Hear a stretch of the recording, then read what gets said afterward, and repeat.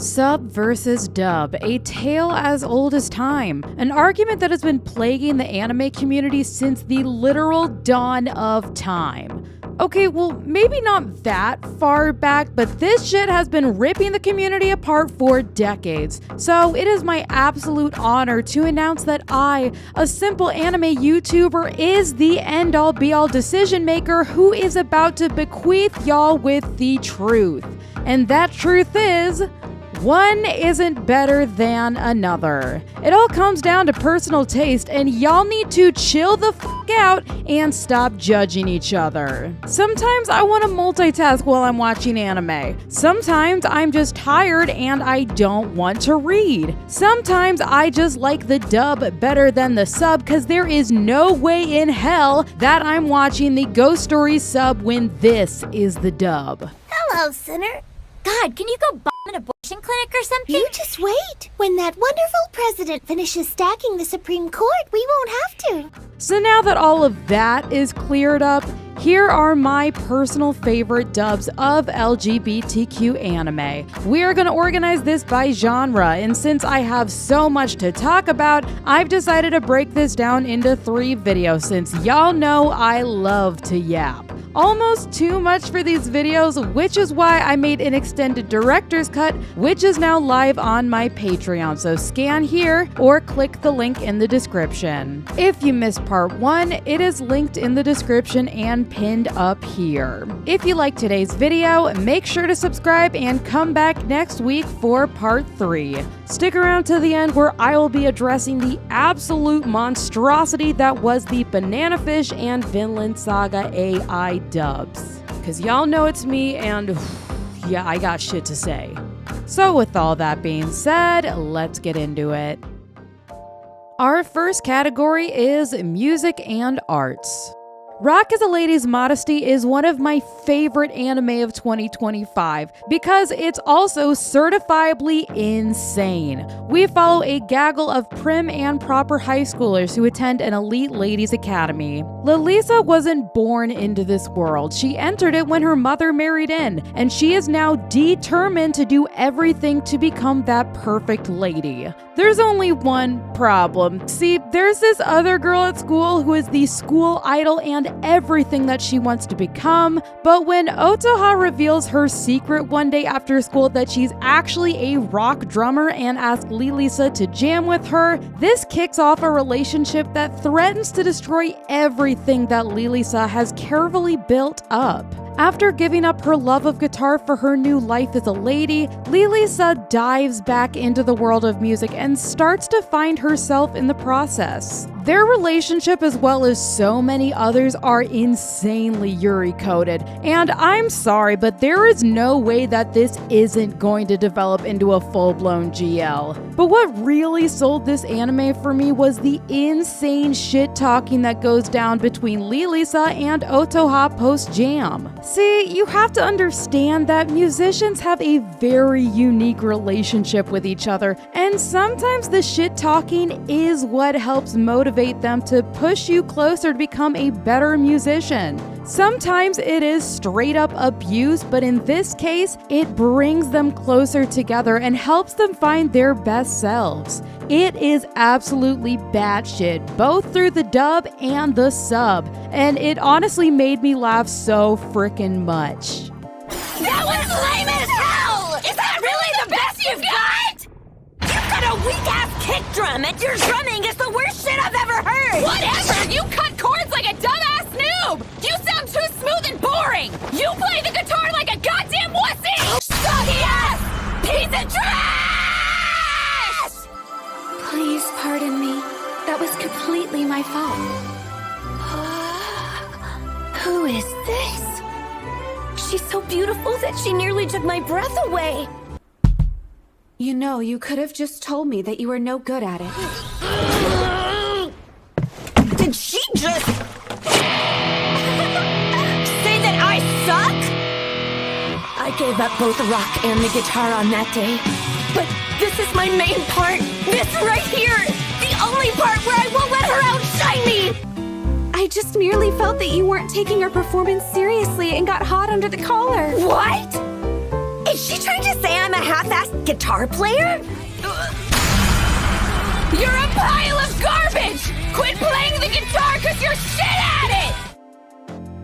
Given is one of my all-time favorite music anime. That performance episode still makes me ugly cry every single damn time I watch it. The music is just so insanely good in this anime, and the storytelling is top tier. Given is one of those anime that perfectly blends comedy and tragedy together. Our main character Uenoyama is approached by Mafuyu, who begs him to teach him guitar. This sparks a friendship between the two, which develops into something so much more. As Uenoyama learns more about Mafuyu, his past starts to seep through, and this forces Mafuyu to truly start feeling and processing all of the grief that he's been holding on to. This is the story of grief and the difficult journey of building a life after the unthinkable happens. But it's not only about Mafuyu and Uenoyama. There are two other band members, Haruki and Akihiko, who have their own friendship and romantic dynamic to navigate. Given does get pretty messy, but it's so real and so well done that it's easy to see why it's become one of the all-time greats for this generation of BL.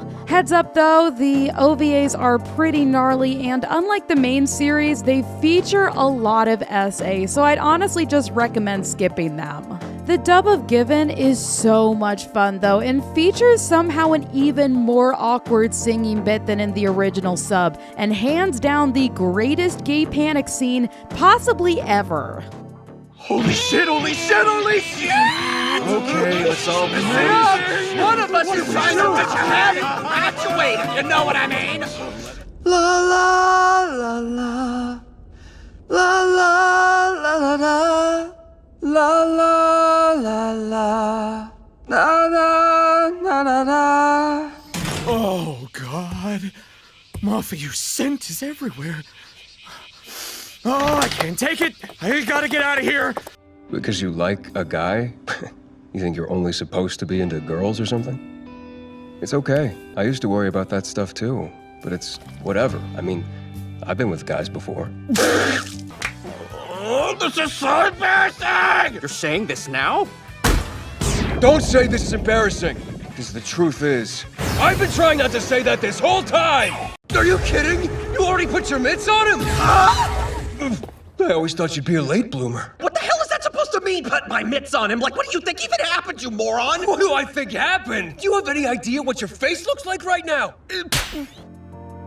Zombieland Saga is so goddamn chaotic. It's about zombies, if you can believe it or not, and follows a group of them all from different eras, who are brought back to consciousness by the human embodiment of Adderall and transformed into an idol group. Being zombies, there are just a few hurdles that they have to face in order to come across as regular humans, and the antics just keep getting more and more unhinged. Zombieland Saga gets unexpectedly deep and deals with a number of really intense interpersonal issues that explore all of the characters' backstory, some of which go back hundreds of years. One of the characters in particular is trans, and I was so impressed with how they handled her storyline. They did such a beautiful job of letting her just be a normal person and not making her gender identity into some kind of tragedy that she has to traverse. Her peers accept and celebrate her for just being her. And as important as it is to have different shades of trans representation, it's just really nice to see one that isn't centered around rejection and trauma corn. I've heard mixed reviews on the dub, but I personally love it. Like, that's mostly just for Kotaro, their batshit insane manager who has 2 volumes. Sarcasm and screaming. This dub was just so much fun, and here are just a few of my favorite moments. I know my future will be full of happiness and excitement. Here I go! Harassing girls is an epic fail! Leave him alone, or it's straight to jail! We all know Mentai Rock is huge in Kyushu. Mentai what? I'll kill you. Get up, Junko! You're not the kind of girl who'd be stopped by something so small! You just hit her with a van, numbnuts! Get inside the van! Oh, wow. That guy's weird. Well then. Go, go, go, yeah, yeah, yeah, yeah, yeah, yeah, yeah, yeah, go, go, go, go, go, go, go, go, go, go. Blue Period is a beautiful coming-of-age story about a delinquent who finds his purpose late in high school through art. As a very late bloomer, he commits his everything to diving deep into this world and immerses himself completely. Through this journey, he is introduced into a new community who push and encourage him to find his own voice. One of these characters is Yuka, who starts off as more of an antagonist and turns into a good friend by the end. Her hard exterior and reason for having so many walls is revealed along with her gender identity. As a transgender woman living in Japan, the trials, tribulations, and rejections she's had to face are unfathomable. I thought that they did a really good job at presenting her story with care and compassion. What I really appreciated about this series was how they portray success. The main character hasn't been doing art for a long time, and he's far away from being a genius. He's just a regular guy stumbling around in the dark. They don't make him crazy overpowered, and a lot of the times he's getting humbled by other students and teachers alike. But unlike other protagonists, he doesn't take it personally, and instead just works really hard to find his own way through. Modern Netflix dubs overall have been pretty solid in the last few years, so I thought they also did a really good job with this one. With art, you can convey things that you can't get across with words.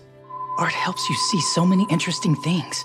When you see something, you might know what it is, but when you draw it, you begin to understand it. What did I do? The form is so messed up. It looks terrible. It's funny how you can only see the bad parts when it's lined up on the shelf for review. I'm just a normal person. You crack me up. You have to admit, you are one ambitious guy. It's one of the things I like about you. You'll always be an achiever. But you know what? If you and I only talk when it's convenient for you, then maybe I'd rather we just don't talk at all. You always put your family before anything else, again and again. If I didn't start drawing, there's no way I would have seen that. I want to pour every single thing I am into painting. I want to get better. To do that, though, I've got to have your support. Our next category is action. Licorice Recoil is so goddamn chaotic. The tagline that sold me for this is, "It's like John Wick except with Japanese schoolgirls." Now, how could I not watch this? Unlike John Wick, only some of these ladies are taking out baddies in the most gruesome way possible. Takina got kicked out of the main task force for being too ruthless, so now she has to completely recalibrate how she takes out targets. With the help of the exuberant Chisato and the rest of her new crew, she starts to carve out a new path forward. Only problem for all of them is that there's this new big bad and he's crazy, like crazy. So the thing about Licorice Recoil is that it's both gay-coded and also canonically gay. Chisato and Takina are very much queer-coded, and I would not be remotely surprised if this goes full Yuri in the future. But now we're gonna enter some spoiler territory, so I'll let you know when to skip forward if you need to. There is an actual gay couple in this anime with a past and vibrant history. So if you don't want to be spoiled, skip to here if you don't want more details, because the reveal of it is really good and y'all should really experience it in your own time. Everyone gone who needs to be gone? Okay. So, Licorice Recoil knocked out some surprisingly niche representation where we got a middle-aged gay couple who's also a mixed-race couple. And to make things even more complicated, it's literally between the good guy and the bad guy. But the way that they piece this story together, they don't make it into a good versus evil thing. Don't you remember the promise we made? Don't forget. Stop it! Licorice Recoil is just so much fun. It's dumb as hell, but it's also so ridiculously entertaining, and the dub absolutely knocks it out of the park. Senpai, you're getting too worked up over an online game. I mean, yeah. Take a look at their annoying username. Mr. Majima! Mr. Majima! Mr. Majima! They're talking about me, right? They're talking about me! Funny, guess your face isn't the only joke you've got. But I'm kinda obsessed with it being total nonsense like that. That must be why your actions are total nonsense. I'll let that one slide. How did I miss this? Wait, Mika swings that way? Oh, hello, you guys should have told me that. Let's go. We don't want to interrupt. Sure. Our final category is sci-fi.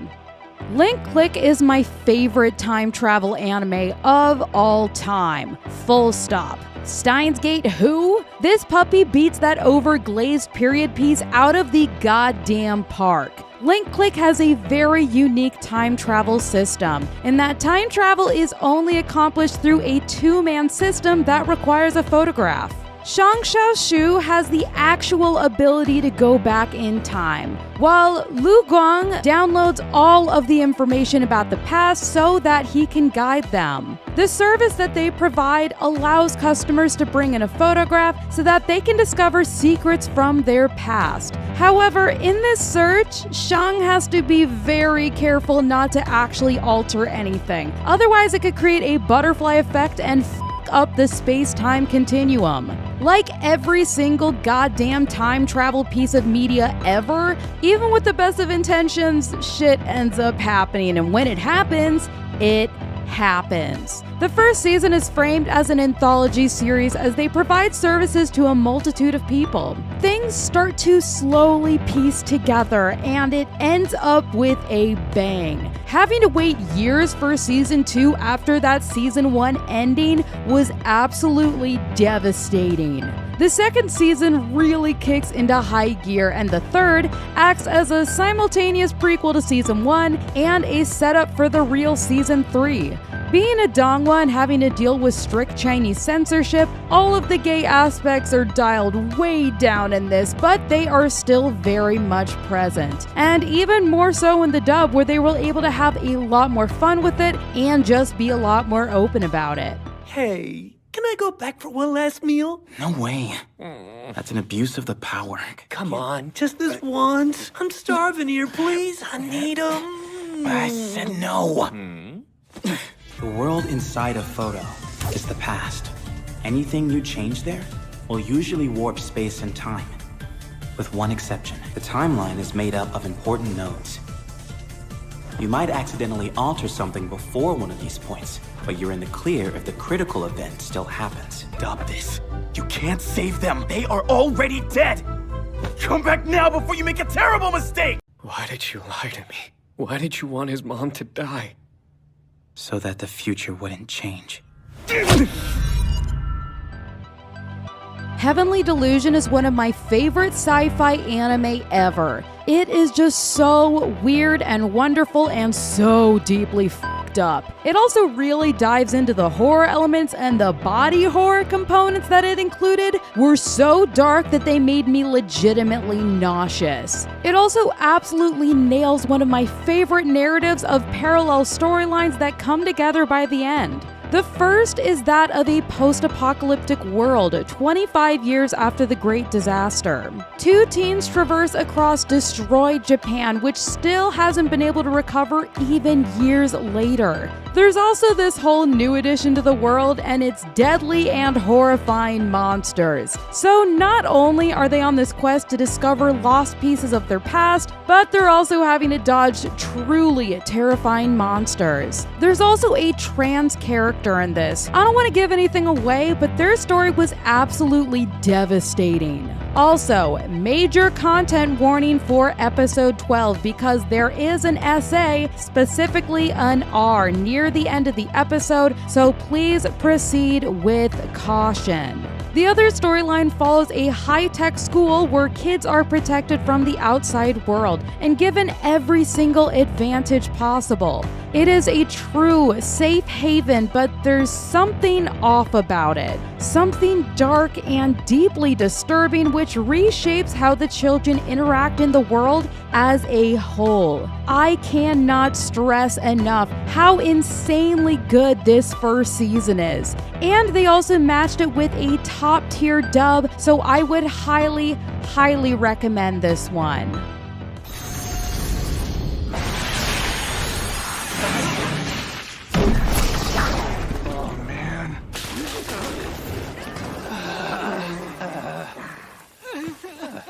Hi. One of you said something about taking me to heaven, right? I'm just saying. Looks like they starved. A lot of people who survived the collapse died of starvation. So if they passed away in their own home, I don't think we're gonna find any food here. Look, you can see something flickering. It's got whips or something going out of it.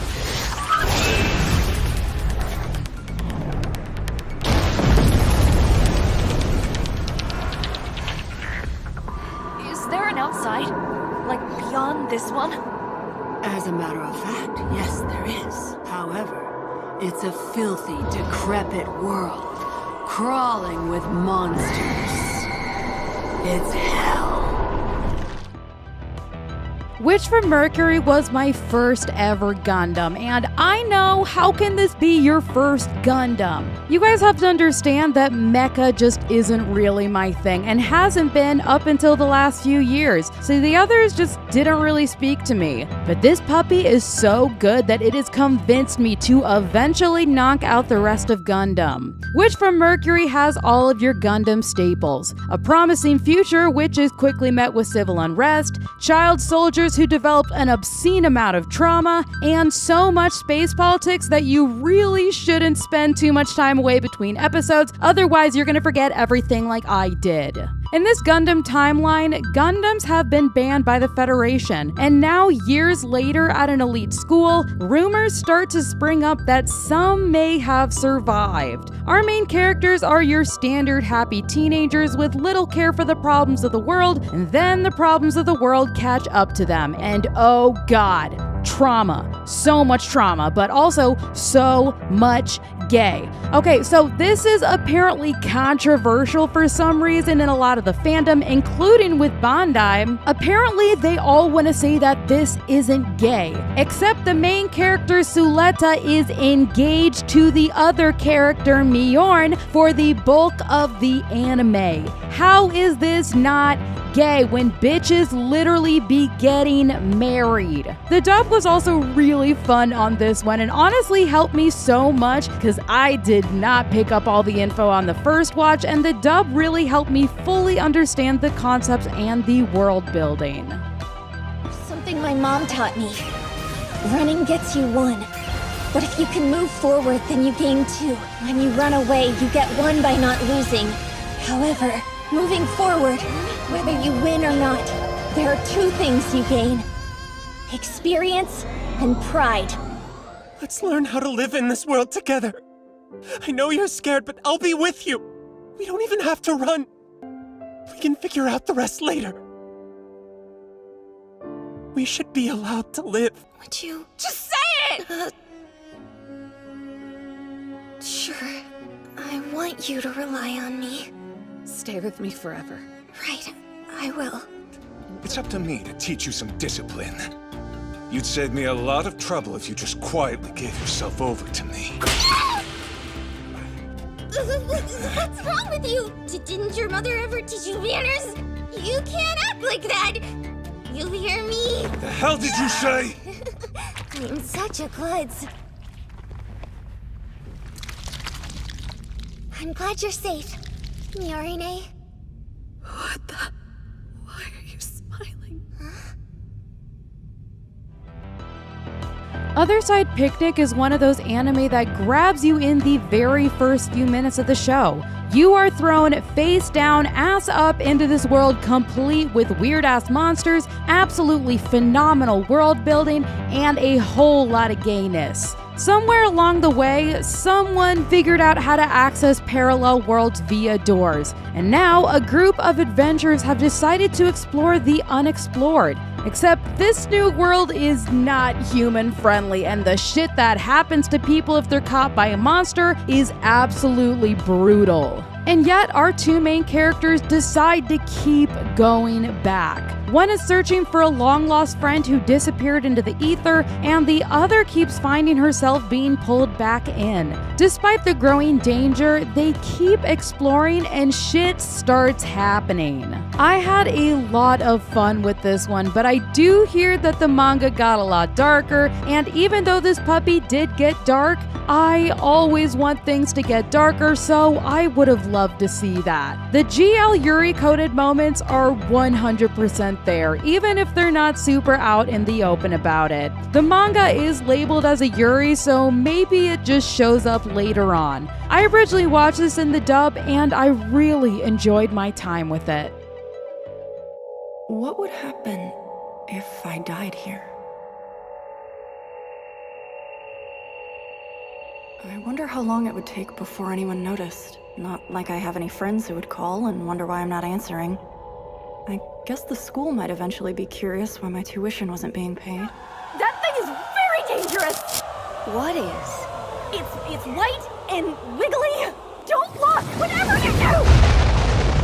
It's just blue. Move it! Is that a gun? It's a Makarov.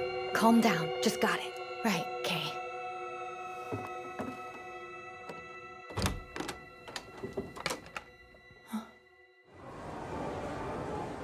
We hunt down those wiggle doodle whatevers. Huh?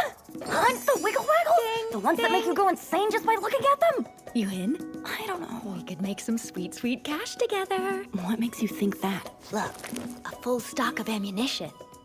That's a big bag of nope. What are you doing? Nothing, but it's your face. Is this really a normal size for a human head? I just can't tell anymore. What happens if you don't stop looking at it? What? I have no idea.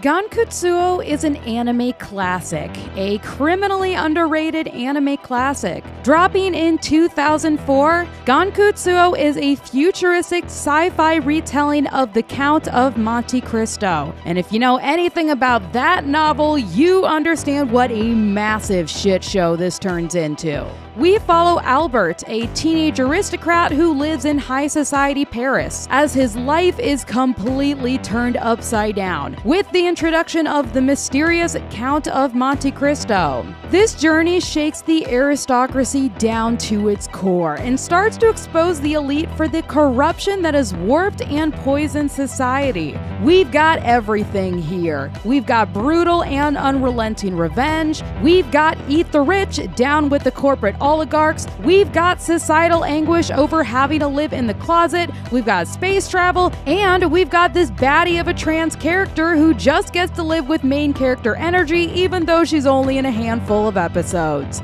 This shit is just so good. Out of the nearly 400 anime that I've watched, only 10 series have ever gotten a 10 out of 10 from me. And this is one of those series. And the animation? Holy fucking shit. Like, the way that they chose to animate the clothing and movement is legendary. And this is for sure gonna be something I watch next time me and the besties decide to Wonderland it up. The dub is also ridiculously fun, and the guy who got to play the Count, so good. But I'm afraid you cannot kill me, no matter what your abilities. I have you. Really? And now, if you would do me the honor of returning my friend to me, all will be well. Indeed. It is now only my unyielding and merciless resolve for vengeance which propels me towards my final goal. I'm sorry. Huh? You've always been looking out for me. But I'd always plunge ahead with what I was doing. I'm so sorry, Franz. I'm sorry. Well, I'm back now. Could you really be as naive as all that? What do you mean by that? Think about it, Albert. Marriage among aristocrats is a strategic alliance with the goal of securing an estate. Is that really true? Well, I guess I really can't deny it, right, Albert? In other words, love is something that just doesn't exist in the privileged class. This is a nightmare. Indeed it is. You see, this is a dream. A twilight dream.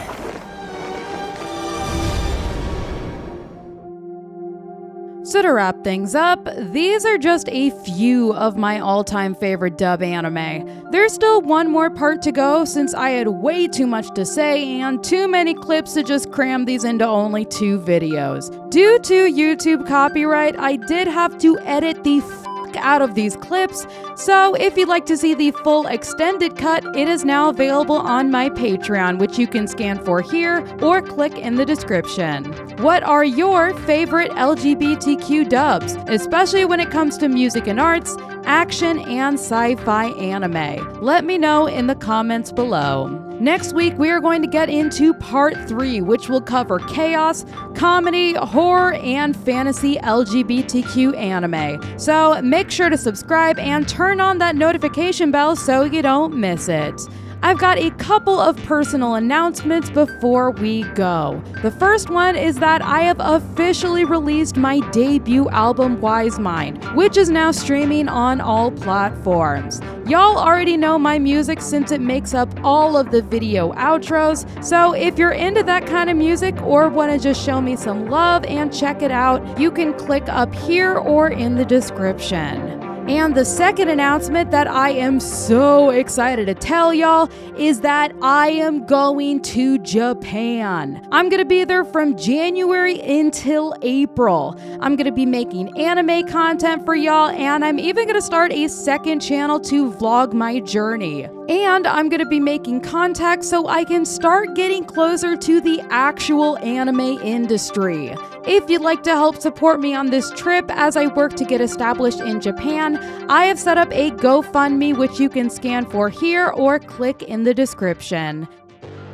As many of y'all know, this week has been a rough one for the voice acting community. Our least favorite corporate oligarch, Amazon, decided to release an AI dub for Banana Fish and Vinland Saga. These soulless dubs are not only unimaginable monstrosities, but they are an insult to voice acting as an art form. Somehow my TikTok went viral about this, and alongside so many others in the community, together we were able to raise enough awareness that the backlash got so bad that Amazon took them down.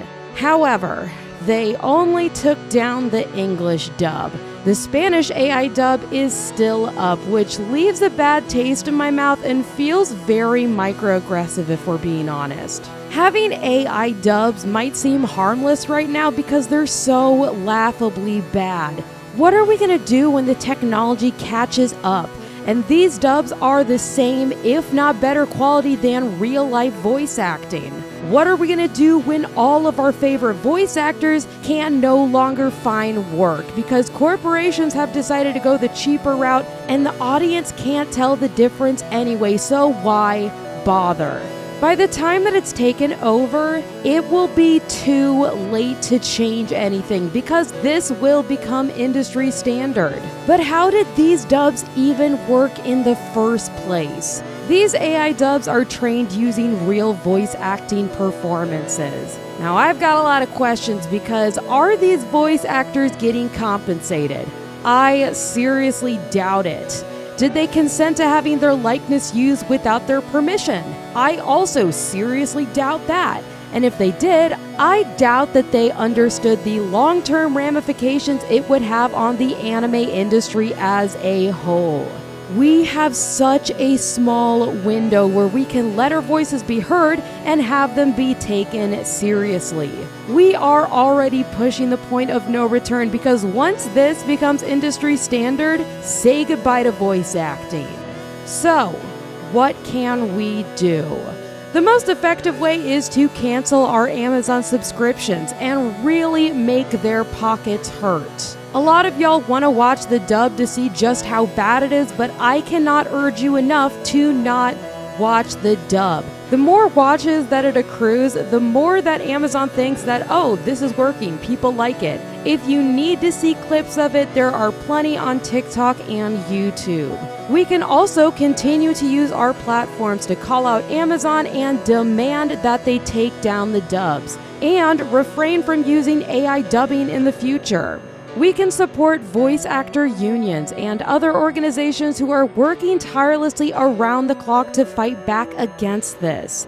And most of all, we can show our favorite voice actors love and let them know that they are deeply appreciated. And anime just isn't the same without them. There are a lot of voice actors and aspiring voice actors out there who are feeling hopeless and defeated right now. So please, take some time to help uplift them and let them know that we do value their work. This is just one of many battles to come, so please take this seriously and gear up for the uphill fight from here. Thank you to everyone who used their voices to spread the word this week. I am so proud of our community, but there's still a long way to go. But for now, let's celebrate the win that we got and gear up for the next round. Thank y'all so much for sticking around, and I'll see all of y'all on the next one. I won't stoop